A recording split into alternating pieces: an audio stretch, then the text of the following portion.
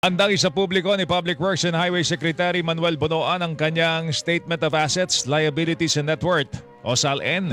Ito'y sa gitna ho ng utos ni Pangulong Bongbong Marcos na isailalim sa lifestyle check ang mga opisyal at tauhan ng gobyerno. Well, if there's going to be a formal lifestyle check that will be carried on, I think public document naman to eh. Well, we just have to say, we're just 3 years in this administration, and I also came from the private sector. But I'm open, anything.